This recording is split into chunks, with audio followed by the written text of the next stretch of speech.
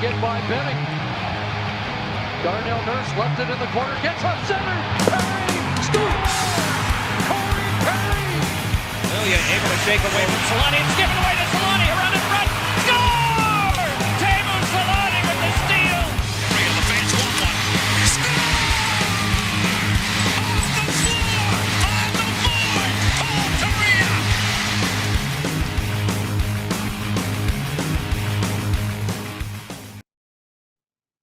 Hey everybody, welcome to another episode of the Forever Mighty podcast.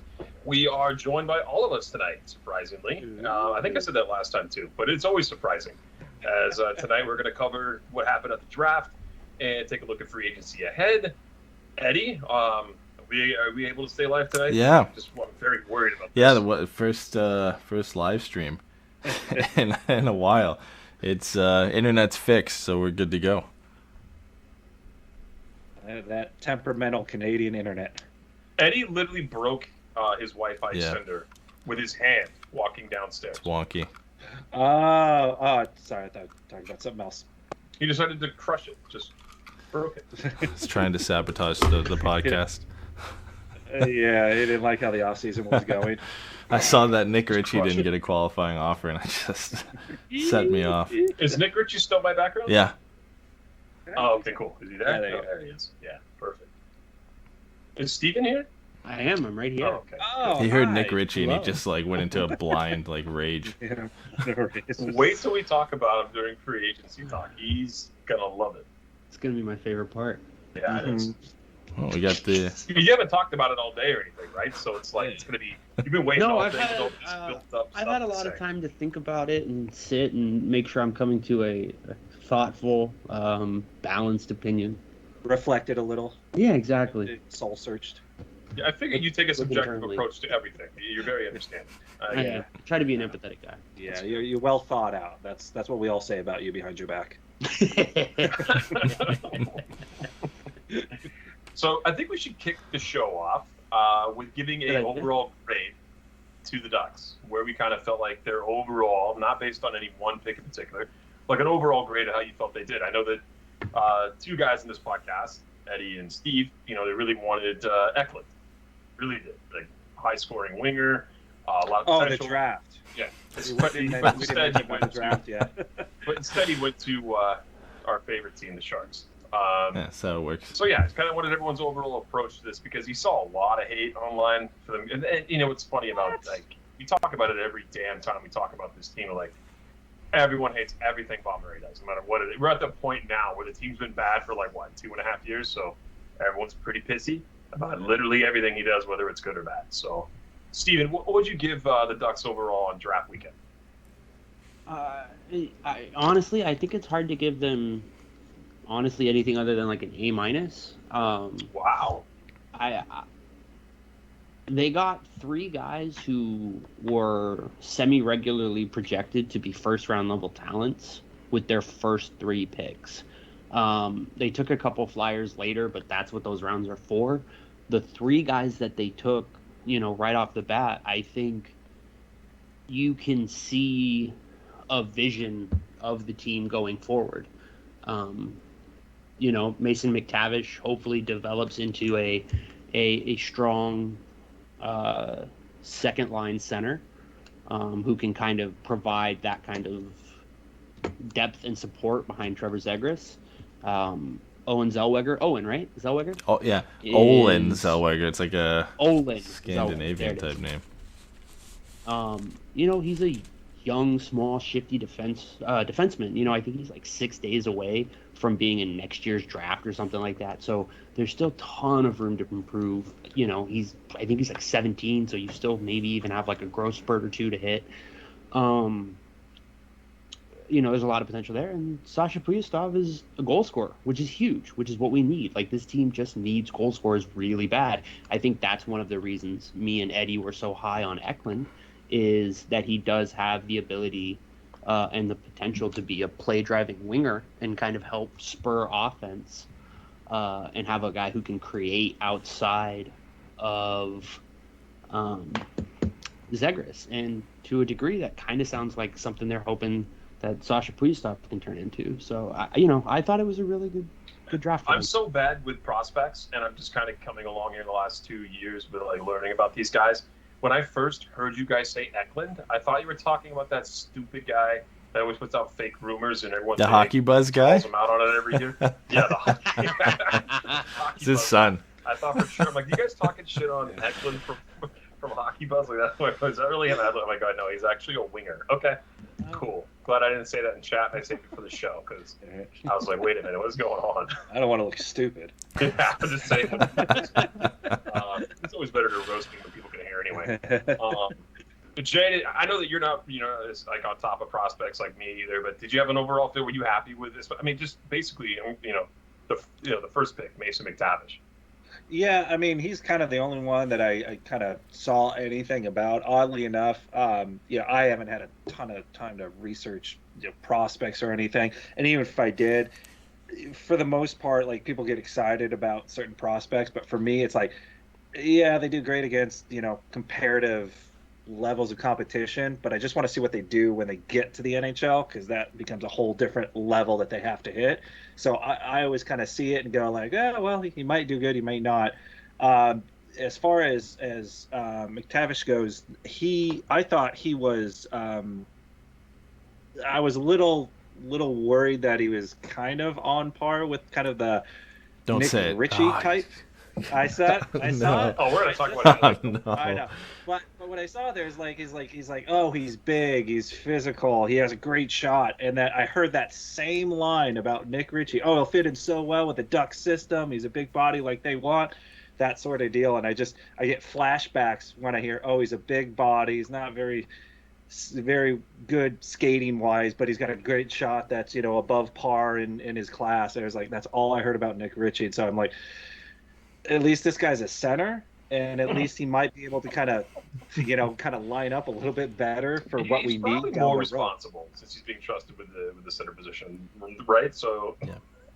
I guess, but so like I said, it's I from what I heard, he was ranked a lot lower than what we actually took him, and that was a little surprising. Like we had him about a little higher than what he maybe should have been. Thought, like Eddy explained to me, and I know Eddy, you could just say this, but like you said it to me in this because I had to have the same question with Ed. It's like, wait, like do you not like this guy? And I guess the idea, and correct me if I'm wrong, guys, but like the other teams probably felt they could have grabbed him later. Other like pundits thought the Ducks could have probably traded and still got him. Like they still could have got him at another time. But he, I guess, on some projections, Eddy said he was ranked as high as like second or third. So it just depends on which sheet you're looking at. I guess. Yeah. It honestly depends where you're looking, right? And that's the problem now. Is probably like 5-10 years ago, there was really only like 3 or 4 sources you could go to, and in terms of where you look at real rankings of people who've actually taken the time to look at these guys. Now there's 10, 15 reputable places you can look at, and the rankings are all over the place. You've got now elite prospects because there's so many. They have to consolidate those rankings and release a consolidated ranking so you get an idea of where the consensus is on a guy. So for McTavish, he was number 8 on the consolidated rankings. I think it was Dave who just put in the chat here, or Daniel Lowry said Central Scouting, NHL Central Scouting had him at number 2 for North American players. So that was just below Owen Powers, above Matty Beniers, who went second overall to Seattle. I think Beniers was 4th or 6th on the Central Scouting list. So there are some. Eddy, before you get too deep on that, though, isn't it true that a lot of these guys, I mean, because of COVID, they didn't see these guys a lot? Like, they saw tape, right? Isn't that what most of these teams saw was tape? Yeah, in some instances, like in McTavish's case, the OHL didn't come back, so he didn't get to go back to Peterborough. He played a handful of games of pro hockey in Switzerland. I think it was 9 games. He had 9 goals and 2 assists. And their second league, right? Not in the I'm pretty sure it was the second league. But that's also the same league that Austin. I'm not comparing them. We got Austin Matthews. We got Austin Matthews at 3rd. Austin Matthews also played in that same second division Swedish league. We're getting the Canadian version of Austin Matthews, Jay. God, I hate myself for even saying it. I knew it was coming. Eddy, before you continue, Jay, if you had to give him a grade, what would you give him? I know that Steven got a grade in. What do you crap, I don't know. I didn't really pay attention. So we'll go B+. I'm not as enthusiastic as Is that? Dude, I can't remember his name now. Who are you, Steven? It's been. I wanted to it's say been Ed. a while. But he threw me off so much on Matthews. So we either got Matthews or Richie, I guess, is what we're seeing between us two. Yeah, there's not a lot of ground to make up there. pretty close in their comparisons, but yeah, like I see the Spider-Man, the Nick Ritchie PTSD that people get from this pick. They played for the same team. They're listed as modern day power forwards. Good shot. Like there's a lot of the similar verbiage that we heard when they drafted Nick Ritchie.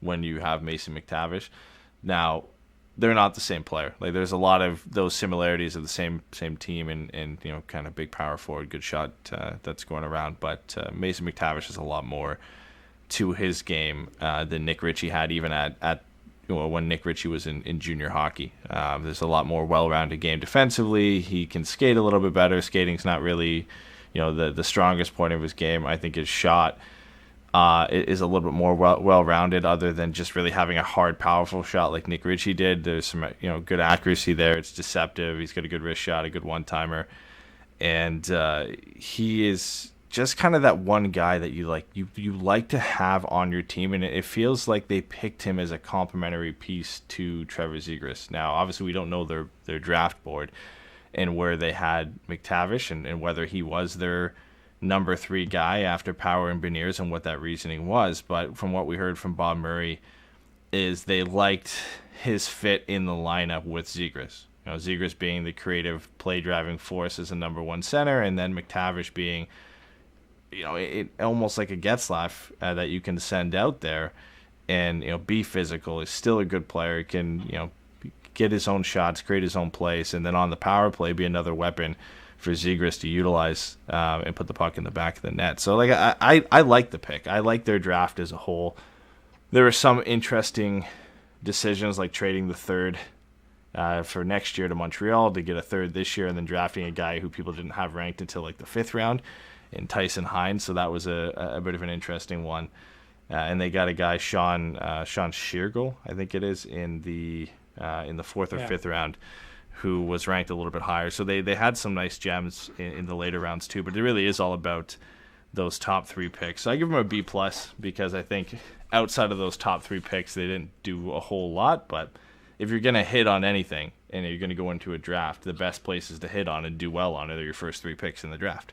So I can't argue with what they did in this one. I was going to give him a B+ as well, and only because Bobby's been talking about bringing like a guy who can score, a guy who can score, a guy who can score, and they kind of didn't take that guy who was on the table that everyone was talking about with Eklund. But I feel like McTavish, I like it. I mean, it's just funny to hear Bob say he likes that. We had an identity, be rough and tumble, beat people up before, right? And then he's like, no, we got to move to a speed skill game. And now he's like, now we got this big center who's kind of nasty, but can shoot the puck. And like with Jay, the first thing I thought of was Nick Ritchie too. I was like, damn it, that's the same damn thing they said before. Obviously, different player. I don't have that expectation. I just hope this is going to be the pick that they hope that slots in to play with Zegras. And I kind of feel like it's also an option. And I mean, it's a clear option too. If Z has trouble at center, he's going to slide over to wing and then maybe play along Mason. Like, you just don't know where that's going to go. Yeah. We'll see how long this club trusts Zegras at center. Yeah, the one thing for me, and the one defense I have of the McTavish pick, and it seemed like a trend in this draft, is GMs kind of went back to size and power and the power forwards, and with not a lot of looks at guys this year, that seemed to be the trend. You look at Ottawa going way off the board and drafting this kid Tyler Boucher, who's getting comparisons to Tom Wilson. I think they drafted him 10th overall. I think the highest he was ranked was like 57th. So it was a huge reach for them to take him there. But I think we're getting to a point, and GMs are starting to realize this is like we're really overvaluing skating in a sense here, where we're saying a guy is a poor skater because he's not Connor McDavid or he's not Nathan McKinnon. And we're saying, oh, he's a below average skater, he's an average skater. That means he's not going to be able to really cut it at the NHL level. That's why Sasha Pastujov fell all the way to 66, is because people said, oh man, he's just a terrible skater. He doesn't have great straight line speed. His edges aren't that great. He's got a clunky stride. He's not going to make it. But realistically, when you look at the average NHL player, Nobody's Connor McDavid. Not every defenseman is a Quinn Hughes or Cale Makar in terms of their speed. Not every player is a Matt Barzal with their agility. If you do the rest of, if the rest of your skill set rounds out at an NHL level, and you have average skating, you're going to do fine. You don't need to be the quickest player on the ice to be an effective player. There's a ton of players in the NHL who aren't significantly fast. They have average speed, but they do everything else well to get there. And you look at some of the comparables for Mason McTavish, and I'm not a huge fan of comparables, but they make sense in this case for me to kind of prove my point here. But you look at Jamie Benn and Thomas Hertl are two guys that McTavish has been compared with. They're not great skaters, but in Hertl's case, has a ton of skill. He's kind of developed into a power forward for the San Jose Sharks. Speed isn't a huge part of his game, but he is a top 6 contributor in the NHL.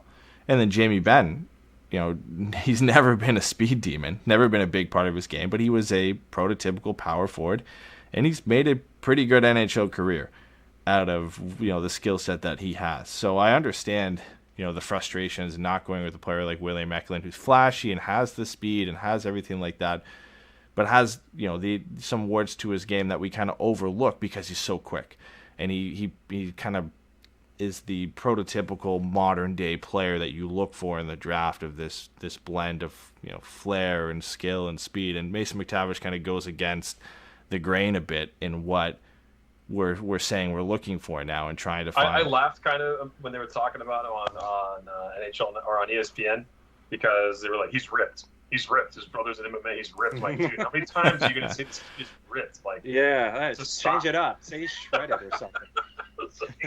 Jeez.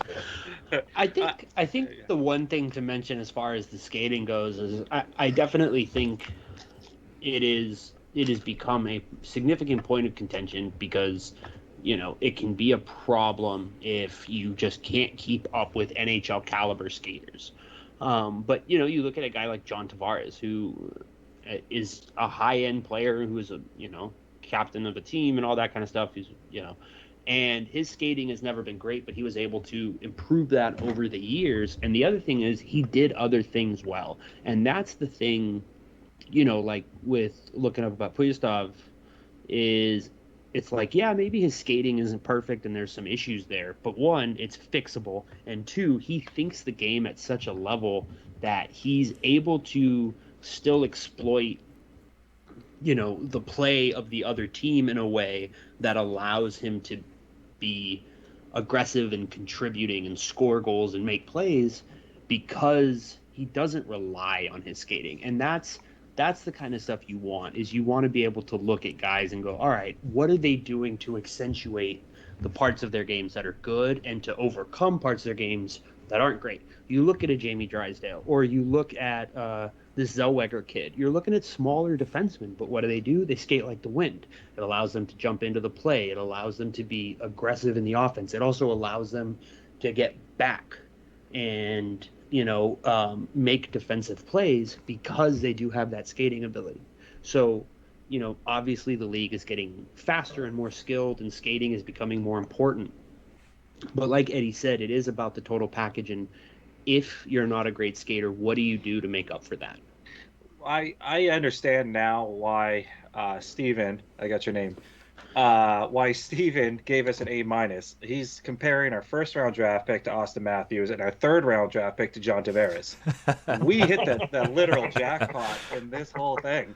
So I can understand why he's so go Ducks. The other thing, too, kind of a little bit to Eddy's point about how everyone kind of overvalued the speed a little bit, is I also think that bigger players learned that they needed to become better skaters. They didn't have to be the fastest guys, but if you were big, before, it was usually if you were big, you were slow, and then the game got really, really quick. But now those big guys have learned they've got to skate too, and now you get your Tom Wilsons who, are horrible skaters, but they're big guys, they're nasty guys, they got some skill, and those guys are now becoming more of a factor than they were. They were just lagging a few seasons behind. So I can understand maybe a different era, where you don't really make the comparison necessarily to Nick Ritchie, where it was just, there's no speed, so all you got to be is big, and he came in at the really wrong time because that's when things changed over. But now most of these guys are going to be much faster and better skating are better skaters, but also have that bigger size and those hands too. So I think we're kind of seeing a little bit of a correction in the league a little bit, or at least they're catching up. Yeah, and the thing with Nick Ritchie is the rest of his skill set didn't develop. Yeah, he was a poor skater, but that's not why he didn't succeed at the NHL level. His shot didn't translate to the NHL level. His hockey IQ just really wasn't there. He never made smart plays. He wasn't really in the right position. He's not a bad player, but he always looked dumbfounded too. Yeah. Like he was always like looking around. Yeah, he's waiting for had, things like, to happen. Mouth agape, and he was just like just trying to figure out what the hell's going By on. all accounts, one of the nicest players too, by the way. I'm sure he was. Yeah, like he's a great guy. And met him, like, dude, you think he's like not gonna be cool? Super cool, dude. Like, I understand the comparisons with McTavish, and I understand, the worry. We all had our kind of nightmares with Nick Ritchie, and that was kind of the running joke for a while when he was here, about 10th overall, and what the guys we missed on in that draft. But the difference with McTavish is he has a pro level shot now. He can beat goaltenders in the OHL from pretty much anywhere, and his release, his accuracy, his power. He could beat NHL netminders now. There's things he has to work on, but his shot is one of the best in the draft. He's got a quick set of hands, something Nick Ritchie really didn't have. He gets in the right position. And then at the center position, he played on the wing a lot on international tournaments, and for Peterborough for a bit when they brought in some different guys and some more experienced guys at center, they had to shift him to the wing. But when he was at center, his face-off percentage was clicking at like 59 to 60% anywhere he was going, whether it was in the OHL or with Canada in the U18 tournament. So he is a player that not only can excel at the center position, by winning faceoffs and on the defensive side of the thing, but he's a good kind of puck protection, play driving center who can complement some really quick, fast, creative wingers. And he's just he's going to be able to find the open space on the ice, and I think that's why you've heard people mention he would be such a great complement for Zegras. Is he can play off Zegras pulling guys to open space and pulling two defenders onto him, get to the open space, Zegras will find him with a pass and he'll be there to put the puck in the back of the net. And I think McTavish can be that guy. As much as I want him to be a center, and we might have to see that duo kind of team up on the power play, I think there is kind of a real upside there of these two guys being some good complements to each other. So and honestly, like Jay had mentioned too with the skating, the one easiest thing to fix and refine in a skill set is skating. You can manage a player's skating, and it's the same with Pastujov, who we got at 66. You can refine a guy's skating and fix it, and not that he's going to all of a sudden become a speed demon, but get him to a point where he's going to be NHL comfortable and it's going to be an NHL caliber skating stride. Fix his skating stride up, work on his edges a bit. Help them kind of, if you can fix a player's skating stride, they'll gain more top speed and get more power behind their skating. And I think, McTavish isn't in the same spot as Pastujov is. I think he's a better skater, but both of them have a fully developed skill set when it comes to offensive, capabilities with their shot and their playmaking ability and their vision, that if all they have to work on is their skating to get to kind of first line talent level, you take that risk and you bring them in. And I think McTavish and Pastujov really fit the fold for what the Ducks were looking for in dynamic finishing, either wingers or centers, players who can put the puck in the back of the net. That joins now Jacob Perreault, who is one of the best shooters in the last draft. And now you're starting to put together a team here that obviously, if everything pans out, you've got some weapons that we talked about that Zegras is going to need, whether it's on the power play or on his line. You've got some guys you can kind of sprinkle throughout the lineup who we can see in the future, guys who are going to be scoring goals for the Ducks. Steven, was it you that said you saw Sasha's name and you immediately thought Russian? Because I did too. Oh, yeah, 100%. He's like Arthur Kaliev. I was like, wait, he was born in Florida? Yeah. I was so confused by that. I thought of Borat.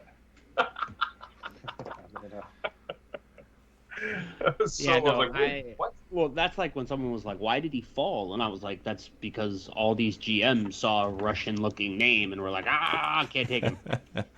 So Bob Murray thought he was getting his token Russian in this draft, and it turns out he was American. Yes. Told you I'd draft one. Damn it. Screwed it up again. Yeah, but... So I'll go ahead, Eddie. No, I was going to say, it's like Kaliev, the Kings pick from a couple years ago. Russian name, Arthur Kaliev, looks like a Russian kid, but somehow he's American, and he just it doesn't really fit the fold on the name side of things. But he's a guy that kind of fell a little bit due to his skating. And, we're skipping over Zellweger, and we'll get to him in a bit. But the Ducks needed high-end upside offensive wingers. And you got that in him, and you got that at 66. And we talked about where McTavish was ranked and how he was ranked, a little bit lower than where the Ducks got him. This is a guy, and I think Steven alluded to this, that was in some people's rankings, and in a majority of people's rankings, was a first-round pick. If not, maybe a late second-round pick, mid to late second-round pick. And he fell all the way to 66. And we've seen guys fall before, and we're all praying on Twitter that the Ducks are going to take him, and then they don't, and somehow they fall to the Kings, and the Kings end up taking him. This, of all the guys we've talked about falling in the last couple of years, if there was a guy that was going to fall to the Ducks and you wanted them to take him, this would be the guy, because he's a legitimate first-round talent, but the skating scared a lot of GMs off. Yeah, I think I think me and Eddy talked about this a little bit as far as what we were kind of hoping might happen with that second round pick. And, I was kind of hoping for like Stankoven, and I think there was it Robertson and Simon Robinson and Samuel Tuomola were there too. Yeah, which Eddy was kind of looking at, and they ended up taking a defenseman, but they were still able with that third pick to kind of almost make amends, or at least not have there be a significant opportunity cost, because this guy fell so far and because his skill set does fill exactly what Anaheim has been looking for. As we all know, you're not looking at single prospects necessarily to fix team issues, but he is the kind of player that is maybe going to be a part of addressing Anaheim's anemic offense and anemic power play, and really start trying to create a team again that can just put pucks in the back of the net, like Eddy was saying. So I think, from a value perspective, it's insane. From a need perspective, it's perfect. There's a lot of reason that almost this pick alone, just from a value perspective, makes the whole draft for Anaheim. It's just such a great pick, as far as what it could turn out to be. So when's Solani's kid going into the draft? We're well past. Yeah, we're well past that. They're playing D2, I think, NCAA hockey. The one that Etu or whoever I think his name was who made it. So unfortunately, no Solani's. They're playing at the free skate. Yeah, I saw that. I remember seeing that. Well, they won two national championships with Santa Margarita, I believe. Before we move on from Pastujov, I want to read this one quote from a source that kind of breaks down kind of similarities in Pastujov's game with a player I think we all like, and that's Matthew Tkachuk. So the quote said, Sasha Pastujov's game from the past few seasons reminded me a lot of certain Calgary Flames left winger Matthew Tkachuk. Both players have excellent hockey sense, prefer to be more of a pass-first teammate, and both have a rough physical aspect to their game, but have an incredible shot and may not always look to use it as their first option. I think if you're looking at a player, now obviously Matthew Tkachuk went a lot higher in the draft. His skating wasn't as much of an issue as it was for Pastujov, but I think their game is fairly similar. And if we're looking at potential ceiling for Pastujov, I think on a high end, he has the ability to reach the same level of Matthew Tkachuk. It's just how much work he has to put on his skating is going to really determine how far he gets and whether he makes it to the NHL at all. But if you're looking at third-round picks, this is the type of swing you want to make. We're looking at the Stanley Cup champions right now, and a guy, one of their best players in the playoffs, they got in the third round. That was Braden. Braden Point was a third-round pick for the Tampa Bay Lightning. And if you're looking at swing for the fences picks in the third round, you want to go for a guy like this who has high upside. And we all follow JFresh Hockey, who's a great source for analytics and player projections on Twitter and Patreon. And in his model, breaks down kind of the chances of a player becoming a star and the chances of a player becoming an NHLer. And Pastujov was the 6th-ranked player when it came to star potential with a 32% chance of becoming a star, and ranked 7th in his model, all players in the draft have a chance of becoming an NHLer at 83%. For, I know it's one model of many out there, but for a guy you got 66 overall that projects that well, and not just this model, but in others as well, and just has one major deficiency to his game, it's a really big swing, and one that you take at that spot. And I'm glad the Ducks did it. Honestly, it projects a little bit of a trend away from kind of their normal safe picks, and the safe pick of Mason McTavish at 3, right? It's a bit of a pivot away from that. Okay, real quick. I don't agree that McTavish is a safe pick. I don't understand that logic. Why? Can you explain to me why you think Mason McTavish is a safe pick? Get the crayons. His skill set is a projectable higher floor compared to some of these guys. We talked about Eklund and the high-end offensive potential that he has, but his floor is a little bit lower than what McTavish could be. There's still a chance, and there's a little bit of risk attached with Eklund that the size doesn't come, or that skill doesn't translate out of the SHL as well as he's done there. With McTavish, he has everything to kind of excel and at least be a capable NHL player. And, if he works on his skating a bit and the offense translates, then he could become a top-line player. But his skill set projects to him at least being a serviceable fourth or third-line NHL player at the very least. He's a safer pick than Eklund or Clark or Genther, who went at that pick. Genther was a bit more of a safer option than the other two. But there are some deficiencies in the other players' games, some things they have to work on where they might not translate as well to the NHL or as easily to the NHL, but their upside is higher than McTavish in terms of if they hit the upside that they have the potential of. Eklund could be a superstar, a top player in this league, an 80, 90-point player. McTavish might not have that same upside potential, but his floor is a lot higher. Is McTavish expected to play next season? Anaheim? I would say no.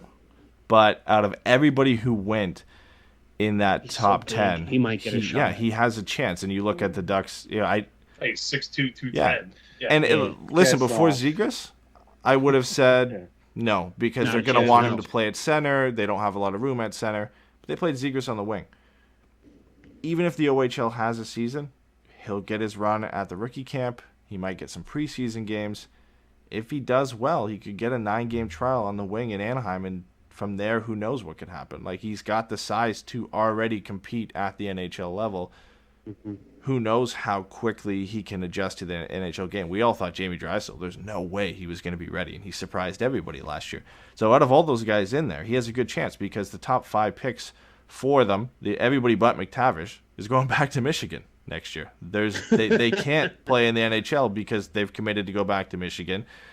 They have to sign an entry-level contract and then would forego any chance of them going back to the NCAA. So he has the most likely chance out of any of those top 5 to play in the NHL next year. And you look at guys like Eklund, who went there to the Sharks at 7. He's going back to the SHL, and he has a contract signed, so he's probably not going to come. So I think McTavish and Dylan Genther, who I believe went 9th overall, have the most likely chance of playing just because of their size and the fact their game projects pretty well to play in the NHL right now, and the fact that they play in the CHL, and their seasons are up in the air depending on how the pandemic is going to affect those seasons come the fall, whether they're going to play or not. Yeah, I figure they give them that little 9-game trial, and it's if you do the camp and you do all the preseason stuff, and they go like, okay, well he's capable of holding his own. Let's give him a few games and then basically figure out what he needs to work on. Once we can evaluate him against actual NHL players in NHL games where it matters, I think they kind of use that as that 9-game freebie that they get without burning the first year of the contract and go like, okay, you need to go here and this is what you need to work on. Get better in this area and then we'll bring you out next season, or if you do really, really well, we'll bring you out earlier. But I think that's probably what you'll see. I don't think they're going to rush him. Yeah. Do you want to talk about Olen Zellweger really quick before we hop into free agency? Yeah, I think we'll break down Olen Zellweger for a kind of a good couple minutes here. We'll rip through the other picks after that. Just a quick I'll just do a quick run through on on who the Ducks took there and kind of their projections. But yeah, Zellweger was a guy I really hadn't heard much of, honestly, going into draft day. A guy that had shot up a lot of people's rankings. He had a good under-18 tournament with Canada. But he fell, again, because of his size. He's listed at about 5'9", 5'10", as a defenseman, 174 pounds. So he's fairly undersized. But the real promise of this pick, and it was early in the year one of the reasons why I advocated for, if the Ducks were going to take a defenseman at 3, to take Luke Hughes, is that he's one of the youngest players in the draft. And I think Steven also mentioned this earlier in the show, is he was 6 days away from being eligible for the 2022 draft. You know, he was born, he was born 5 days before the September 15th cutoff date on where he would have been eligible for next year. So he's almost a full year of development behind a lot of the players that got taken in this draft. And you know, you look at on the surface and say, what's the difference between a guy who's 17 and 18, and does that really matter? Well, you know, he's got a full season behind. So his season next year is comparable to everybody else's seasons, the 18-year-old seasons this year. So it was over a point per game in only 11 games in the WHL to finish the year in the shortened season that they had. 13 points in 11 games. The season prior, when he was 16, he only had 11 points in 52 games. So that's a considerable increase in production in a small sample size for him. Next year, He's a small sample size. yeah, he's a small sample size himself. But one of the most interesting things about this pick is not even about the player himself, is that Stothers, who's the new assistant coach in Anaheim, coached him at the under-18s and also coached McTavish at the under-18s for Canada. And by the end of that tournament, Zellweger went from being kind of the sixth guy on the team, was running the power play. Stothers publicly praised him, that he loved him as a player. You have to think that had a big impact on the Ducks scouting department and Bob Murray, is that Stothers comes into the organization talking about McTavish and the leader on the team. McTavish was the captain of that team, and I think he co-led them in points. And Zellweger was, you know, a guy that came out of nowhere for them and was a point per game from the blue line, led their power play. Like, you start to see the influences and the reasons they picked these guys, and honestly, it worked out in the Ducks' favor. Like, we talk about that star potential from J-Fresh Hockey as well. Zellweger is ranked 7th in star potential at 25% chance, and 9th on the chance of becoming an NHLer at 82%. And he perfectly complements the Drysdale pick. And you know, he's quoted as being one of the best skaters in this draft, a real kind of puck-moving defenseman who can bring the puck up the ice. And we talked about the Ducks needing more of those types of defensemen, and Jamie Drysdale can't be the guy who's going to do it himself. We saw that a lot this year, where he was playing 22 minutes a night and tasked with the guy who's going to be, you know, the main puck carrier up the ice, and that's a lot for an 18-year-old to get tasked with in the NHL to do alone. And Zellweger's a couple years away from getting to the NHL, but when you have two guys who could do that, and if Zellweger can come in and be a 3 or 4 for this team, and Jamie Drysdale is the number one guy, and then you surround them with some, you know, a Lindholm to play with Drysdale, and whether Manson's here or not, but a player like that to play with Zellweger, and then you round out that bottom pairing. You've got two exceptional skating. Hunter Drew and Jackson Lakem. Yeah. That's our third pair. The Ducks have a lot of young defensemen who could come up and be complementary pieces to these guys. Good two-way, solid defensemen. You've now got two of, when they hit their full potential, potentially two of the best skating defensemen in the NHL, guys who are capable puck-moving defensemen. That's what you need to be successful in the modern-day NHL. Now you're surrounding them with guys that we talked about here, McTavish and some of the guys they drafted later, and some, you know, Max Jones and Henry Thrun and some bigger, you know, stronger defense and power forwards. You're starting to kind of piece together a roster that could be competitive. And we look at the recent back-to-back Stanley Cup champions and the mix of speed and size and, you know, puck-moving ability that they have throughout their lineup. You're starting to kind of put together a roster that looks eerily similar to what they put together there. Isn't that they're all hockey players? Yes. Yes. Damn, I thought I was jumping the gun when we were getting Johnny T and Austin Matthews. He's out here getting Matty Tkachuk and for the next Bolts. I mean, you guys are putting together an all-star squad. Yeah, I know. This sounds great. And Eddy I'll just listen to Eddy and Steven there for a while. I was like, there's some post draft hype for sure, but those top three picks, everybody talks about the Kings having the top prospect pool in the league, and they still do after this draft. But the Ducks jumped over a considerable number of teams by taking McTavish, Zellweger, and Pastujov with their first 3 picks. Those are 3 guys that project to be top 6 and top 4 defensemen on this team, and top 6 forwards, and then add that to Perreault and obviously Zegras and Drysdale, and you're getting a nice mix of young players that will be making their way into the Ducks lineup over the next couple of years. And we'll blow through some of the guys they drafted in the later drafts here. Tyson Heinz is kind of a big, rangy defenseman that they traded a 3rd-round pick to bring in. He's got a long way to go to make the NHL, but again, he's a complementary piece to some of the smaller puck-moving defensemen we have in Drysdale and Zellweger, where at 6'3", I think 190, he is kind of a big, rangy defenseman who can complement those guys. And looking at everybody's obsessed with the Barclay Goodrows now after Tampa won. The Barclay Goodrows, the Pat Maroons, the Blake Colemans, right? Like there's always a thing after a couple. Yeah, exactly. It's the same after St. Louis and the Zach Sanfords and the Sammy Blaze, and everybody's like, oh, you need those types of guys. Well, it's always better to draft those guys than overpay them like the Rangers did, and the Ducks got that in Lopina at 98th overall and Sean Sugar at 130th overall, where they just are big, kind of do everything Swiss Army knife type players. Will they make it to the NHL? There's no guarantee, especially from that late in the draft. But Lopina was a guy that was projected to go around 70th or 80th. The Ducks got him at 98th. Chagall was ranked as high as kind of mid to late 2nd, 3rd round. They got him all the way down at 130th overall. Surprised to see him go that low. So they've got these kind of potential to hit on some of these guys in the later in the draft. And then with the second last pick, they just filled a positional need. They got a 6'7" goaltender. Whether he makes it or not, you look at the goaltenders we have in the system right now. Dostal's just over 6 foot. Ole Eriksson X not that big. I think he's like 6'2". John Gibson obviously is not massive as well. So you add just kind of a different look to that side of the prospect tool on the netminder side, and whether he figures it out or not, we'll have to see. But it does kind of add a different approach to. A different kind of different look to what you have in that part of your prospect pool. A goalie at 6'7" who's got all the tools to really make it, as long as he can kind of build into that size at the NHL level. Eddy, do you think it's fair to say no, even if you ignore draft position, that the Ducks got a better player potentially in Pastujov than they did in Tracy? Yeah. Because I feel like that's a very fair thing, because Tracy was a real riser in his draft year, and that was still a reach. I think Pronman had him in the late 50s in his mock that year.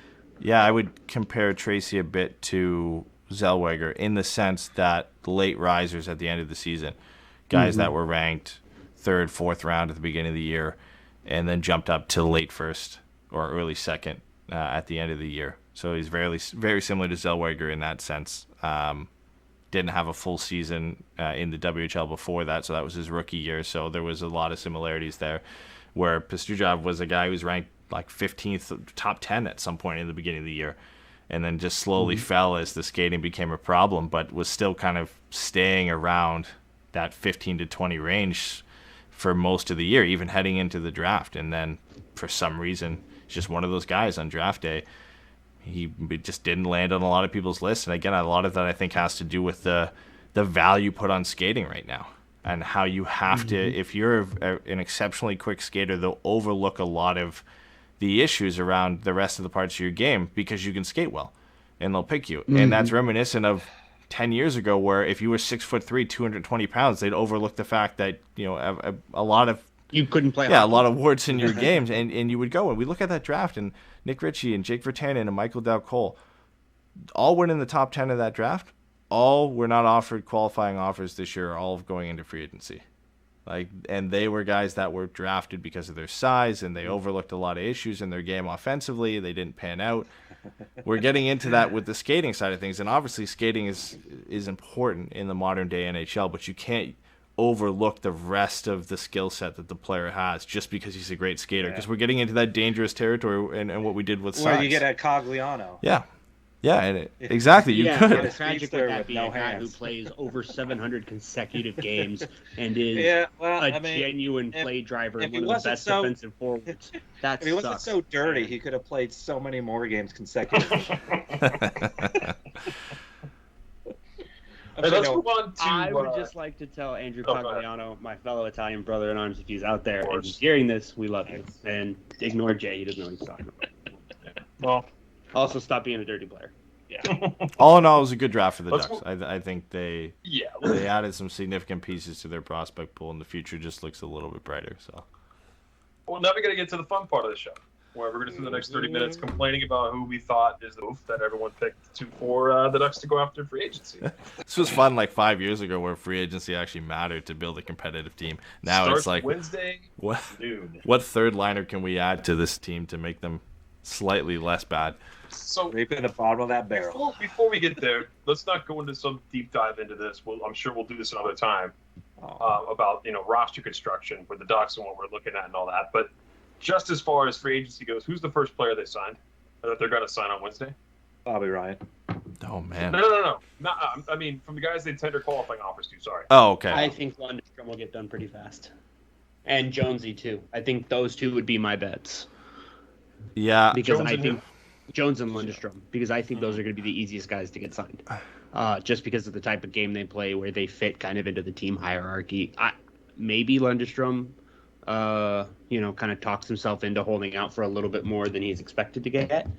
But I definitely think him and Jonesy are the two that I would. I was going to say Jones is the first guy. I would say Jones too. Yeah, I think he's the first one signed. I think you can get that contract done. It's not like he's overperformed, so you're not fighting with him on kind of. I think they're both kind of around the same range of what they'd expect. It's probably like a 2-year deal at most, prove it deal that you can make more. I think Lindstrom and Steele are kind of in the same boat. Lindstrom probably gets signed before Steele because I think Steele probably thinks he should earn more than what the Ducks are willing him to pay based off his production, so that one could take a little bit longer. But yeah, Comtois probably takes the longest, right? Because I could see the team and the player being maybe farthest apart on what they expect to earn, with Comtois being one of the Ducks' leading scorers this year. And, whether he wants a long-term deal or a bridge deal, that's what could make things complicated. So I think he takes the longest, where we might see it stretch out into later into August, maybe early September at the latest. But I can't imagine. Yeah, I don't think it'll be a Richie Raquel kind of setup. Yeah, I can't imagine it will go too long. For everybody who didn't know, it's Max Jones, Sam Steele, Maxime Comtois, and Isaac Lindstrom who were tendered qualifying offers.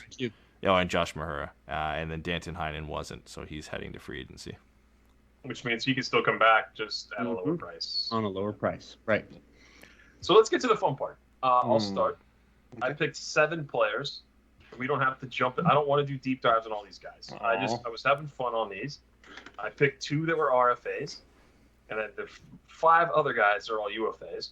And, I mean, whatever. Ducks have, what, $11, $12, $13 million to play with, depending on what they sign these guys for to return.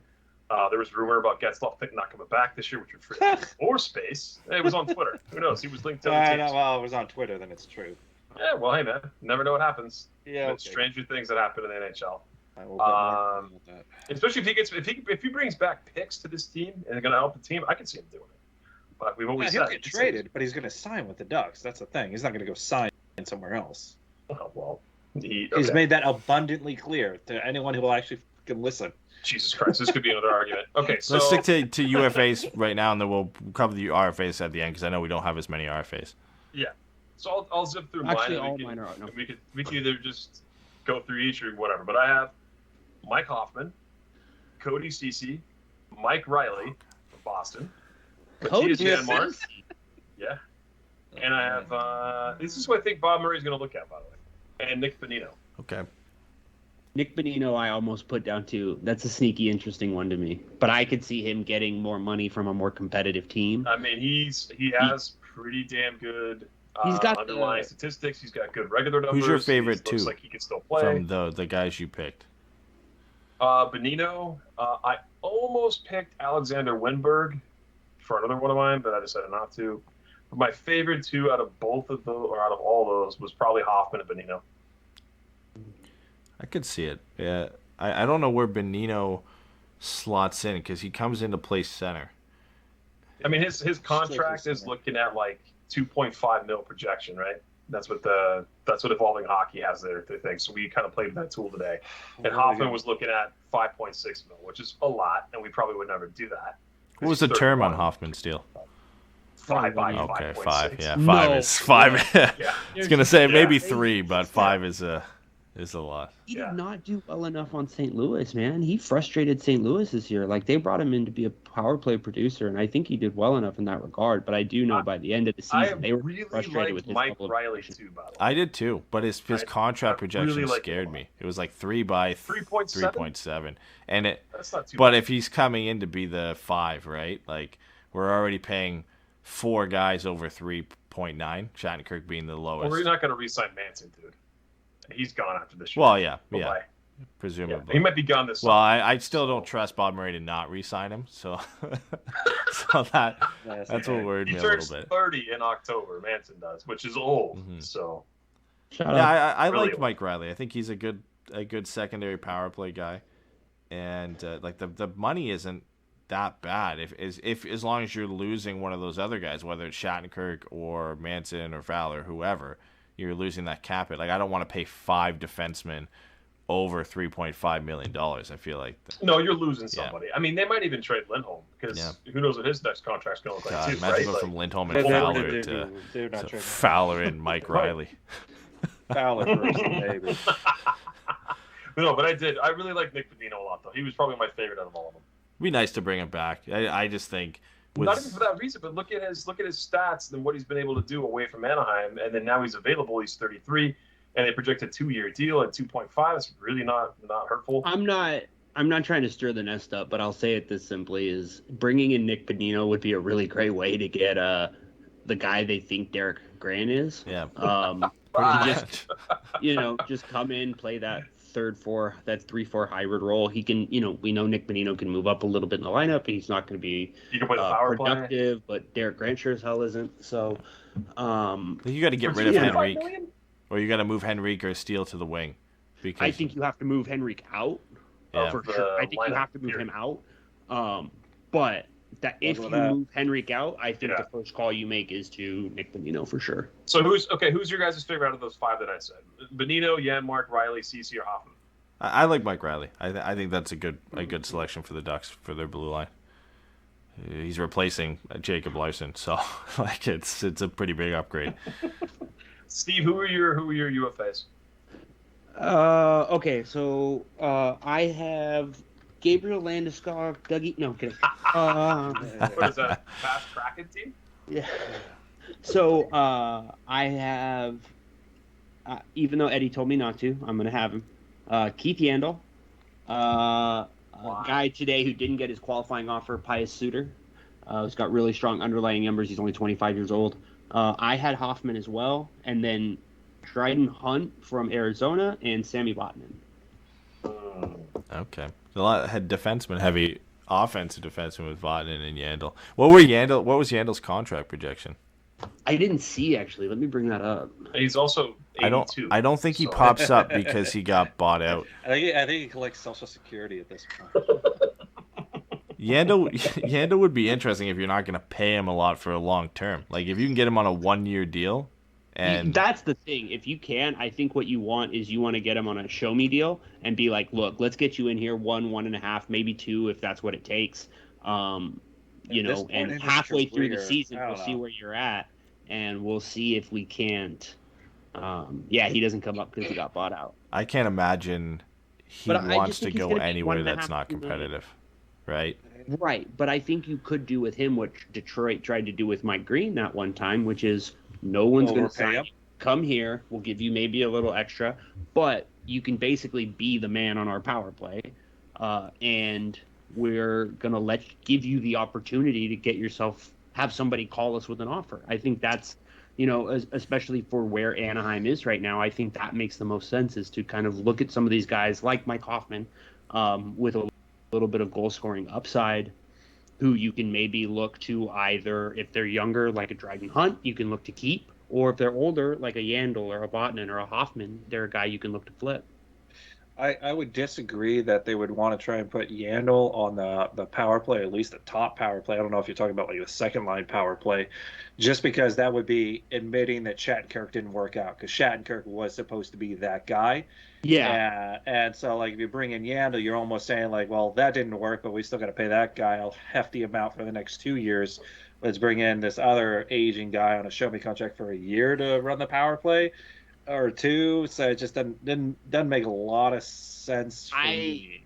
I don't disagree with that. I think you would definitely be a second power play thing, but I think that has more to do with Zegras and Drysdale. But I don't think it would be insane that they would put Shattenkirk and Yandel together on the second power play.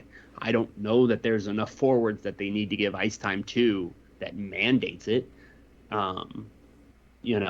So I definitely think it's an option there. And if they want, they can put, one of those two up on the first one, probably Shattenkirk for every reason you just said, just to help. But I just think, Keith Yandel just provides an opportunity to get maximum value and maybe even roll that value over into futures. I would also have to think, though, is he willing to come to Anaheim so that'd be the question. Yeah, like 48 years old.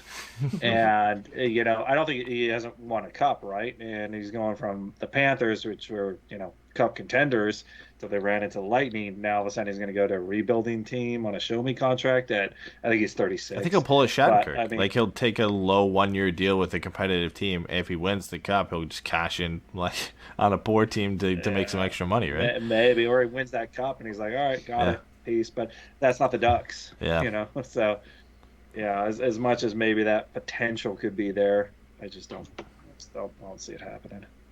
By the way, he's only 34. Yeah, he's old. He's dead. It's like he turns 35 in September. He's DOA, guys. He's already dead. He'll travel here in a coffin. I like the Mike Hoffman move a lot. I just feel like we would never spend $25 million on Mike Hoffman. Yeah, it's the term. For me, it's the 5 years. That's the. I don't know until he's how 36. He gets a 5-year deal. There's no way he gets a 5-year deal. It doesn't make sense, especially in a flat cap. I don't know about that. They're saying it's only going to go up $1 million a year at most. Like they said, the flat cap era is going to be 3 to 4 years. With some of the deals that have been signed, I could see somebody doing it. That's the sad thing. Well, you have to be ballsy. You have to be ballsy right now. You got to make your moves. But is he the guy you want to take the risk on? I just feel like there's depends if you think you can get the old Hoffman, a 30-goal scoring Hoffman. Because if you think you can, there's not many projectable 30-goal scorers in this free agency, right? He could be the number one target. 26, DB. Don't get out of here. Did he not have a 30-goal? Did he? Oh, Seth Jones. You're talking about Seth Jones. Okay. Yeah, no, I'm yelling at DB in the chat. I'm sorry. Jay, who are your UFAs you would hunt after? All right. Well, who I would want the Ducks to go after, or who I think the Ducks will go after? Well, if you made 2 lists, spill it. All right, so the ones I think the Ducks management will actually go after are Nick Ritchie, Andre Kasha, Andrew Cogliano, Bobby Ryan, Corey Perry, Kyle Palmieri. All right, we get the bit. Brandon Montour. I'm not done. Vatanen, Brunson, Frederick Anderson, and Matthew Perreault. How long did it take you to go through all the free agents and find out how many of them were former Ducks? Actually, not that long. Okay, just start going through. Oh, I know that guy. And I think that's how Bob Murray kind of does it. I know that guy. Let's throw money at him, see what happens. Anyway, maybe he'll come play on my team. He'll come play. So we'll bring the all gang back, and everyone will forget my poor asset management. I got all the guys back.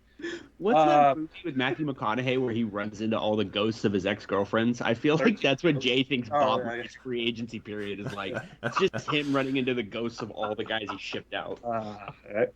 No, so anyways, that being said, we have a lot of ex-Ducks players that we could sign. But yeah, and all of them are gone for nothing, which is asset management. Yeah, I know, but now we can get them all back, and it's perfect. Now we didn't lose anything. Everyone can be happy with Bob Murray. Just all our cap space. No, quite honestly, this one kind of blends both together. I think Hakanpää, might actually be a nice pickup because Fleury left, and that's who we got for him. And I think they were very comparable players. We just maybe wanted to see a little bit more from Fleury just because we didn't get to see more of that potential, but he's gone. But now Hakanpää is available, so at least a shot-blocking defenseman. He showed that he could be capable in Carolina, so why not bring him back to kind of just fill out that 5-6 role? And then Suter, same as Steven said, I thought he had a really good rookie year. I think he had something like 50-odd games. He had 14 goals, and that was on a Pius? Pius. Yeah, Pius Suter. right. Pius. God loves Pius. No, I just said Suter. I didn't even give the first name. But 14 goals on, and he's 25, so he's not like really young. Mhm. But to do it on a Chicago team where they didn't have Taves there, they, it's not like He got thrown into the Lambs. Yeah. He got thrown in there, and he did Lambs. well. And I figure, like, I don't know, Lambs or The Lions. vicious Lambs. The very Yes. vicious Lambs that anyway. We are an unforgiving bunch. We are. And then Virtanen, I thought that was good because I felt like the Ducks had tried to get Virtanen, and because he's not getting a qualifying offer, there might be the potential to get him at a discount, and that's kind of what Bob Murray likes to do anyways. Give it a shot. And then Eddie's favorite, Tatar, because he'll probably be a cheap option, and he seems like he was pretty much pushed to the side on Montreal. And at this point, he, because of his season, a little bit of injury towards the end, he didn't quite hit that potential, but I still feel he has a lot to bring to a team, and he might be that show me contract, just something that kind of helps you out for a season or two. And you kind of need some of that veteran presence a little bit to maybe just kind of show the other guys, hey, this is how we do it. And he seemed like a really good team player. And who knows, we might even get that one Montreal fan that says, I'm willing to bet that Eddie has him on his list too. Yeah. Oh yeah. I'm guessing the. So anyways, those four I thought were all right, but I just I didn't think there were a lot of fits I for it. like the Tatar option. Yeah. Yeah. I like that one. I think it's my favorite out of Jay's. I'll take Tater. Yeah. I'm figuring the thank Virtanen stuff is just based off of Bob Murray's interest in him earlier in the year, right? Mostly, yeah. Okay. Like they were close to kind of getting him anyway, so it was like, well, now that they're not being qualified, and it was in the same draft as Nick Ritchie, so I mean, there's that obvious connection. Yeah. Yeah, you get a 2014. Yeah, now and if you sign Nick Ritchie, you get both of them. So. Bob Murray can dial up Bergevin for advice on drafting or on taking Jake Virtanen, because he just drafted Logan Mailloux, so they can talk about drafting guys who are having issues off the ice and see how that one goes for the both of them. All right, I'll get in my targets. We talked about Tatar. Tatar's on my list, so there's no surprise there. Tatar's a guy I've wanted in Anaheim, I think, since we started this podcast, since he was with Detroit. It's been a while. Since you were born. Yeah, pretty much. He's been Forbidden fruit for you. You keep chasing that guy. been my guy. He finally hits free agency, and there's a chance here. So he's near the top of my list. I've got Blake Coleman on the list as well. I've got Eric Holla, and then round out my forwards. I've thought about him too. I like Holla a lot. Yeah, I round out my forwards with a sympathy pick in Corey Perry, just because a 1 year, $1 million. I wouldn't mind having him back. And I've only added one defenseman because I literally only like one defenseman in free agency, and it's Jake McCabe from the Buffalo Sabres. So, but my two favorites are Tatar and McCabe. And Tatar's projected contract was 3 years at just over 5. I actually think he could get less than that just because he was barely used by Montreal, and teams have some concerns about his playoff production, which means the competitive teams could be scared off of him.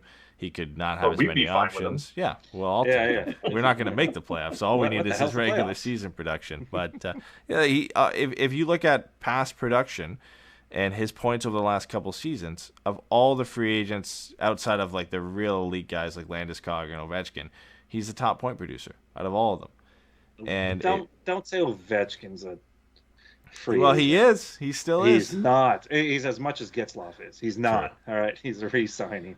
But He's not on the market. Wait, they're both going to Montreal? What? Yeah, no, Toronto. I think they're all going to Toronto. But Tatar for 3 years, under 5, you can get him for like 4.8, 4.9. It's not too bad. I It's think. a terrible contract. Isn't he like That's 32? He's No, 30. he's 30. So you have one bad year out of that, and listen, we know that the Ducks need help on the wing.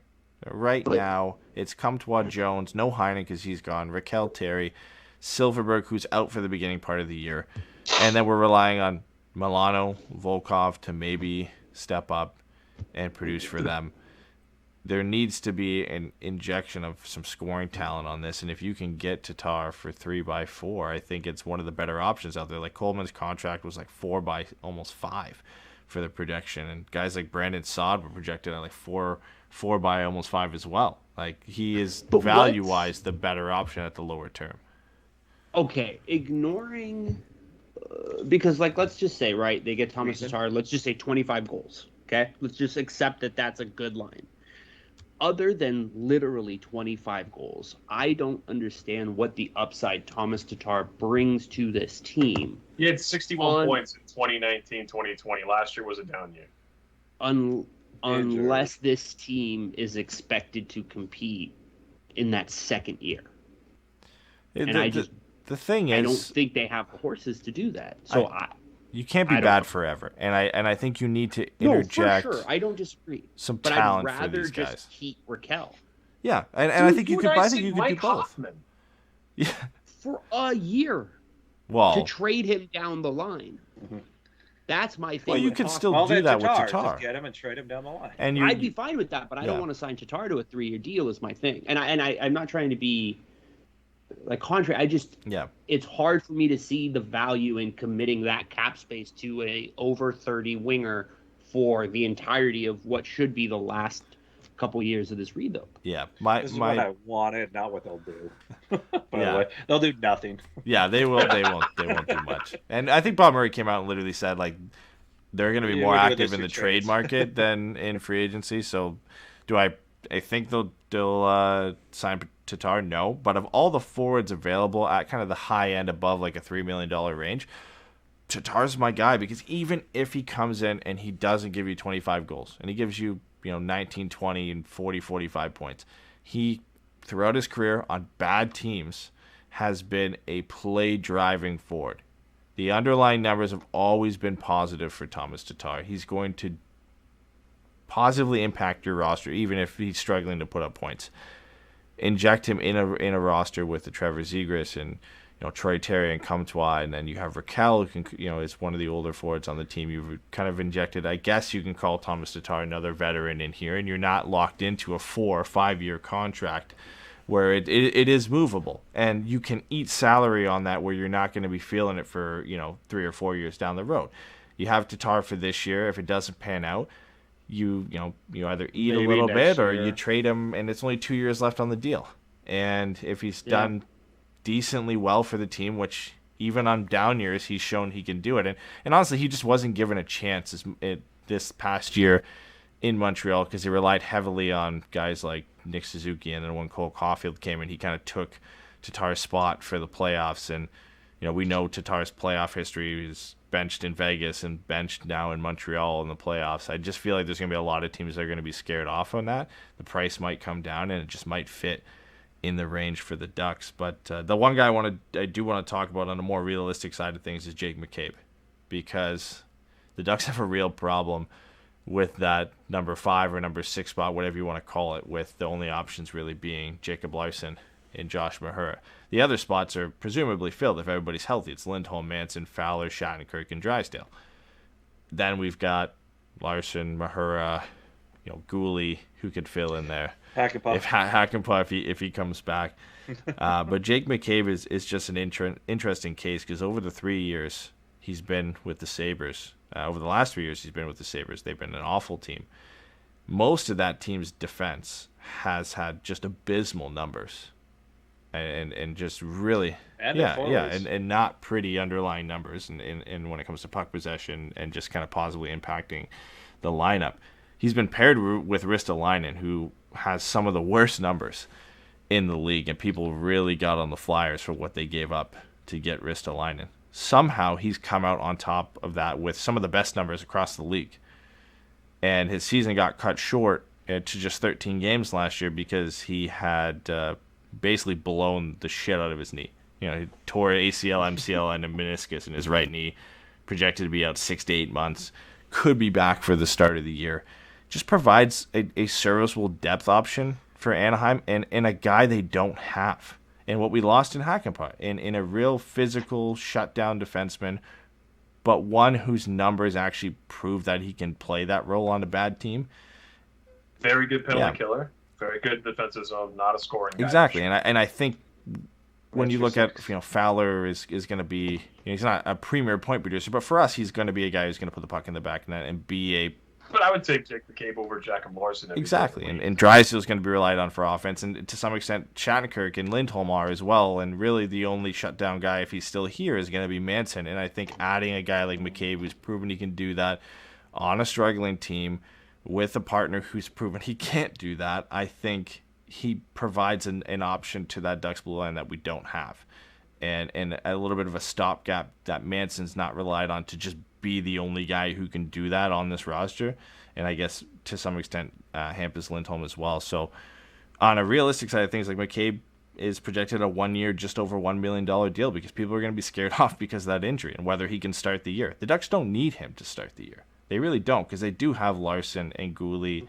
What's his projected contract? It's 1 year, $1.027 million. Oh, take that all day. So even if it's a 1 by 1.5, even if it's something like that, like, take it. Because I don't think any team is going to give him more than 2 with the knee injury. I really don't. I think it's going to be a 1 year. And he's 27. Yeah. It's not like he's 23. See what you can do. See if you're healthy. The Ducks have some options in Gooley and Larson and Mahura that they don't have to rush him back. When he does come back, work him into the lineup, see how he fits. And I just really think he provides the Ducks blue line something they don't have. And if he does well, he's young enough that he can be a player for when you're a better team. A guy who could be a really good number 5 for your team, or a guy who could play up and play with a Drysdale and be that shutdown guy so Drysdale can flourish offensively. Like, I just think there's a lot of options for that guy on the left side. He's a lot different than what we already have on our left side in Lindholm and Fowler. And for the price, you can't go wrong. And if his knee is fucked, well, it's a 1 year, $1 million deal. Move on. That's it. You sound like Bob Murray right now. I heard the same thing about Heatley. Not necessarily the knee. It was a 1 mil, 1 year. I'll give it a shot. Yeah. What's the worst that could happen? Don't re-sign him. Let's get to the fun ones. Let's get to the RFAs. I'll get mine out of the way because neither one of them are going to happen. We got to be up close to the same, I think. It's okay. So neither one of these are going to happen, but one of them is very, very, very far-fetched. And I'll start with that one, which is Kevin Fiala. He's not coming to Anaheim. He's going to re-sign in Minnesota, but I actually like him. And I looked at RFA-wise. He's probably going to get overpaid to shit. But the other one for me was Patrick Laine, which we've been begging for a long time. And I actually see that as maybe an option that could happen here, but I don't see Bobby doing it. If he does, it's through a trade, and then you'd have to sign him. And the thing I find with these two, we have we're saying 12, 13 mil. And like, even if Laine wants to come here and doesn't want to stay in Columbus, they're saying bridge deal. But Columbus has the cap space to match it if they wanted to, right? Because everyone left. Yeah, but. Well, even Torts is gone, so maybe he's like, maybe I'll and Laine was one of mine, and the only way I think it actually is possible, and where Columbus could just say, man, if you were offered him $9 million, whatever the compensation is for that, I think it's like a first, a second, and a third round pick. I could see them, the position that they're trending towards, potentially taking that, because they've traded a lot of their older pieces.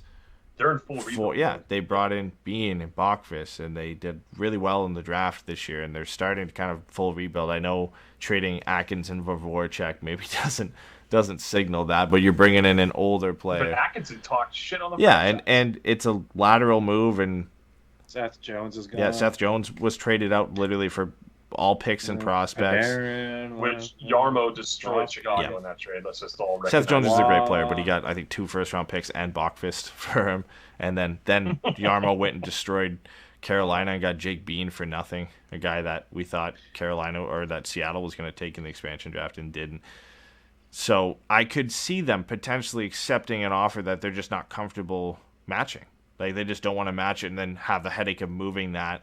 They'll take whatever they would get in compensation as essentially trade pieces for Laine and just saying, all right, you know what, 9.5 or whatever by 7, we don't want to do that. We don't want to try and move him at that contract and try and find a fit for a team that can fit 9.5. I guess you're that fit, and here's we'll give you the first, second, and third round pick. And Steven's acting crazy here, but I don't know. Yeah, I think of the RFAs out there, it is the most likely option where a team could just say, you know what, we'll take the compensation. We don't want to deal with the headache. Vancouver's not going to do that with Pettersson and Hughes. Carolina's not going to do that with Svechnikov. Columbus just seems like they could possibly do that, just the direction their franchise is going in. Unload, Steven. I just I don't think that Patrick Laine has done anything to warrant a 7-year deal and surrendering that type of draft capital. I would be much more honestly, if it was just like Manson and Raquel for Laine, that would make much more sense. You think he's worth a first, second, and a third? I would. With the prices we just saw, you don't think he's worth a first, second, and third round pick? This is an overpriced Not market. Anaheim's first next year. No, not at all. That's going to be a top 10 pick. Yeah, but unless it's a top 3 pick, I will take Laine over 4th, 5th, 6th, 7th, 8th, 9th, 10th overall next year. I understand that because he scores goals and that goal scoring upside is so high. 23 this year.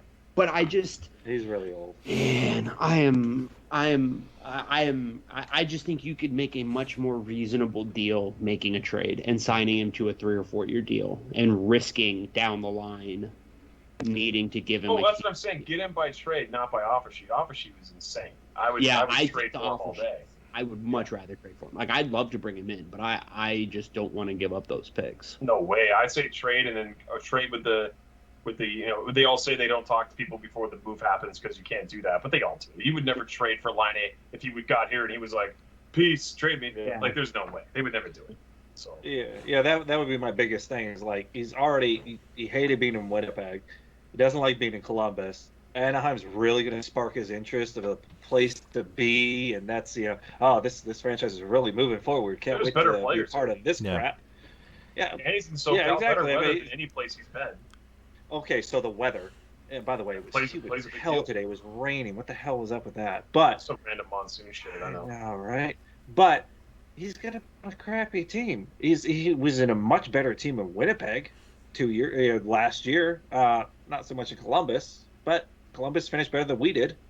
So what, he's going to come to Anaheim, then all of a sudden he's like, oh yeah, after this one's done, I can't wait to just be part of this. You get to be a leader my career on this in team. Anaheim. Play with Trevor Zegras.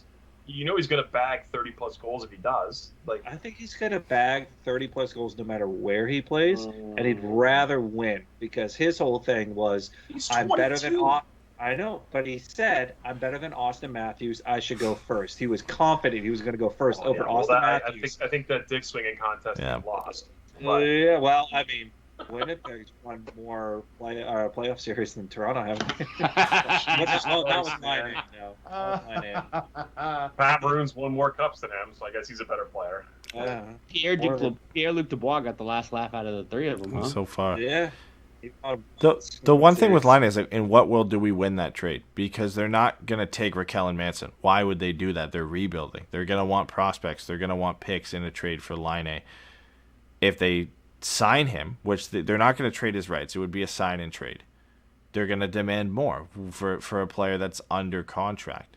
You're going to have to give up a first-round pick because it's Patrick Laine, which would be next year. Maybe you can lottery protect it because you're now trading as an asset, but you're going to likely lose prospects, whether that's Jacob Perreault or another one of our younger prospects. Okay, but I would much rather trade Perreault, who is a like for like.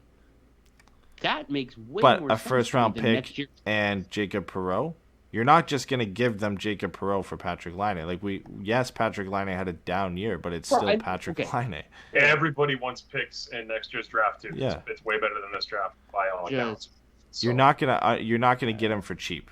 I mean, they're not going to trade him for nothing. They gave up Pierre-Luc Dubois for him. They're not going to get him at all. It's just we're all arguing over the fact of the guy we're not going to get. Hey man, quit being the W down. Sorry, it's a honestly, bubble. You guys are all happy. Are we 100% sure we wouldn't rather trade like Lundestrom, Perreault, Mahura, and 2 second rounders? I don't think that gets done. I don't think they trade him unless they're getting a first round pick or a top prospect because they gave up Pierre-Luc Dubois for him. And if that's the case, then you just offer sheet them. Which I messed also up is the the offer same. sheet That trade compensation, should've never by the happened. way. They already blew the first trade. They're not going to do it again. Jay, who are your RFAs? Line. Let's go with that. Yeah. Okay, perfect. Let's talk about him again. We haven't got to it yet. I do want to point out I messed up It's totally the compensation for RFA. So the first, second, and third round pick is if he signed for anything between 6.1 and 8.2. If he signed for anything between 8.2 and 10.2, it's 2 first round picks, a second and a third. So I think that if it's 2 firsts, a second, and a third, I'm out. If it's a first, second, and a third, so he signs, let's say, for 8 by 6 or something, 8 by 7, a first, second, and a third, I'm comfortable giving that up, and that would be next year's draft. I don't think you can choose the picks, and I think they have to be next year. No, it has to be the next year. I'm fine with that. A first, second, and third next year for Patrik Laine. I'm fine with it because I don't think with Laine on this team, I don't think you're bottom 5. I think you're probably still miss the playoffs because the Ducks don't have a lot of pieces to compete with some teams, and I don't think you're bottom 5. And you risk winning the lottery and missing out on a Shane Wright or whatever, but the price you have to pay for Patrik Laine, whether you trade for him or you sign him into offer sheet. But let me ask you this: who do you, this is a shitty question, and I'm putting you on the spot, and I apologize. But is there a world in which Patrik Laine is a better player long term than Brad Lambert? Oh, I don't even want to get in that discussion. Maybe, but we don't know who they are. Oh, sorry, They're who? draft eligible players next year. Next year's draft picks. I just the noise around them is so considerable. I mean, the noise around Patrik Laine and Austin Matthews was considerable to the point that, like Jay had mentioned, Laine was challenging him. We now have a handful of years of watching Patrik Laine and watching him fade in and out, of watching him not hit that, of watching him he was upset because he didn't get used the way he wanted to. Now, I imagine if he comes to Anaheim, they nuclear code briefcase handcuff him to Trevor Zegras, and that's just what it is. And maybe that's enough, but I just think you're really committing to a player that still has question marks and is not yet a hyper consistent goal scorer. I just think there is a little bit more risk than it seems like you think, in my opinion. All right, last thing I want to touch on before we end the show here. I'm going to read off the contract projections for our 4 RFAs, not going to include Mahura and Getzlaf. You guys each tell me if you think they get higher or lower than Evolving Hockey's contract projections, okay? Rapid fire this. Okay, Getzlaf, 1 year, $2.6 million. Higher or lower? Higher. Okay. Jones, 2 years, 1.6. 1.6 AAV, so 3.2. I think it's about equal, though. I think it's equal for me. I'll say higher. I'd say higher. I could see him getting 3x2. Like 3 million by 2? Or 2 No, million? 3 year, 2 million. Okay. Interesting one. Sam Steele's projection was 2 years by 2, just over 2. Lower. Hopefully it's league minimum. Oh, jeez. Can we just qualify his offer to be a PTO? I think it'd be lower, but not that much lower, to be honest with you. It's going to be around 1.5, 2, I think. Linderstrom, 2 years by 1.1. Higher. And Maxime Comtois, 2 years by 2.75. A lot higher. A fair bit higher, I would imagine. He's the most interesting one. He scores more goals. How many? All right, let me ask this question: what is your guys' dream contract for Comtois? I don't know. It's. I feel like it could go a million ways. League minimum. Yeah, league minimum for 8 years. League minimum. $750K for 8 years. I would say 3 by 3. Yeah, I would do. I don't It's know, real 3 by simple. 3, 3 by 3. This is how they'll do it. How many points did they get the season before? Now, last season is going to be a little bit difficult, so project it out if it was 82. So if he had 80, say it projected out 82 games, and he was projected to get 40 points, that's $4 million. Now, if he's heavy on the goals, that's how they do it. And if they're heavy on the goal scoring side, it goes higher. He had by a 16 little bit, goals like in 4. 55 games. All right. Well, what was his point total? 33.